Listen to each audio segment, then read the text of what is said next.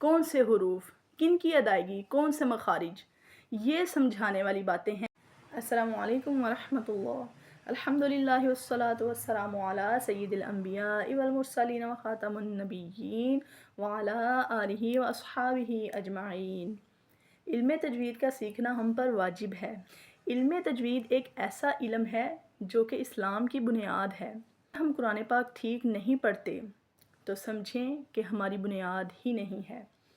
اس لیے اس گروپ میں جتنے لوگ موجود ہیں الحمدللہ سب پڑھے ہوئے ہیں۔ اس سے پہلے تو آپ کو یہ بتایا جائے گا کہ اس علم کو آگے کیسے پھیلانا ہے۔ جتنے بچے آپ کے پاس پڑھتے ہیں آپ ان کی ذہن سازی کس طرح کر سکتے ہیں، آپ آسان انداز کے ساتھ، آسان الفاظ کے ساتھ اس علم کو آگے کیسے پھیلا سکتے ہیں بچوں کے، بڑوں کے ذہن میں آسانی کے ساتھ۔ ہمارا کسی کو بتانا تجوید کسے کہتے ہیں، تجوید کسی چیز کو عمدہ کرنا، سنوارنا یا خوبصورت کرنا ہے، یہی ہمارا فرض نہیں ہے۔ اگر آپ کسی کو لیسن نمبر 1 یعنی پہلی کلاس دے رہے ہیں تو آپ اس کو کیا کہیں گے؟ تجوید۔ تجوید کا اصل مقصد کیا ہے؟ تجوید کسی چیز کو خوبصورت کرنا ہے۔ آپ اس کو سمجھائیں، تجوید کہتے ہیں کسی چیز کو خوبصورت کرنا، سنوارنا، مزین کرنا، لیکن کس چیز کو؟ قرآن پاک کو۔ کس طرح؟ کہ جس طرح ایک قاری قرآن پاک کو خوبصورت کر کے ادا کرتا ہے، خوبصورتی کے ساتھ پڑھتا ہے، ایسے ہی تجوید کا مطلب ہی قرآن پاک کو خوبصورت کر کے ادا کرنا ہے۔ تجوید کا مطلب کیا ہے؟ تجوید کا معنی اور تعریف کیا ہے؟ تجوید کا معنی ہے کسی چیز کو عمدہ کرنا، سنوارنا یعنی قرآن پاک کو خوبصورت کر کے ادا کرنا۔ تعریف ہر حرف کو اس کے مخرج سے نکالنا۔ اب جب آپ ایک عام آدمی کو یہ بات بتائیں گے ہر حرف کو اس کے مخرج سے ادا کرنا، وہ رٹا تو لگا لے گا، یاد تو کرے گا، لیکن اس کو ذہن میں کیسے بٹھائے گا، اس کو سمجھے گا کیسے؟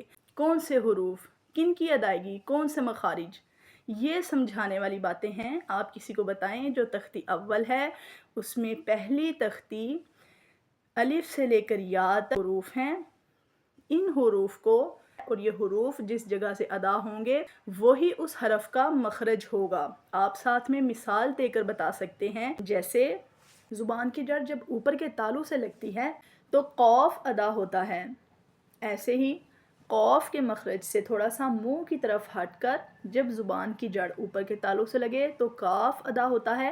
قوف کا مخرج الگ ہے، کاف کا مخرج الگ ہے۔ جوف دہن یعنی پورے منہ کا خالی حصہ، اس سے 3 حروف مدہ ادا ہوتے ہیں، جیسے قال میں الف، اعوذ میں واو اور شہید میں یا، یہ حروف مدہ ہیں، یہ منہ کے خالی حصے سے ادا ہوتے ہیں۔ بہترین استاد بننے کے لیے آپ کو مطالعہ کی بہت ضرورت ہے، آپ کو تکرار کی ضرورت ہے۔ اصل مقصد آپ کا تب شروع ہوتا ہے جب آپ ایک استاد بنتے ہیں۔ ہر حرف کو اس کے مخرج سے نکالنا اور اس کی تمام صفات لازمہ اور عارضہ کو ادا کرنا ہے۔ اب اس میں بتائیں صفت کسے کہتے ہیں؟ صفت کہتے ہیں حرف کی کیفیت کو، اس کی حالت کو، جس طرح حرف ادا ہو رہا ہے۔ اب اس میں کئی حروف ہیں، سیٹی والے حروف ہیں، باریک ہیں، موٹے ہیں۔ اسی طرح کچھ حروف ایسے ہیں جو ہر حال میں پر ادا ہوں گے۔ حروف مستعلیہ ہیں، خ، صاد، غین، ضاد، طا، قاف، ظا۔ 7 حروف ہیں جو ہر حال میں پر ادا ہوں گے۔ آپ اپنے بچوں کو بتائیں کچھ حروف قرآن پاک میں ایسے ہیں جو اپنی حالت پر رہیں گے، کچھ حروف قرآن پاک میں ایسے ہیں کہ کیفیت بدل دی جائے گی، اس لیے جن حروف کی کیفیت بدلی جائے گی ان کو بدل کر اور جن حروف کو جس حالت میں ہیں اسی حالت میں پڑھنا، یہ دونوں کیفیات صفات لازمہ اور عارضہ کو ادا کرنا ہے۔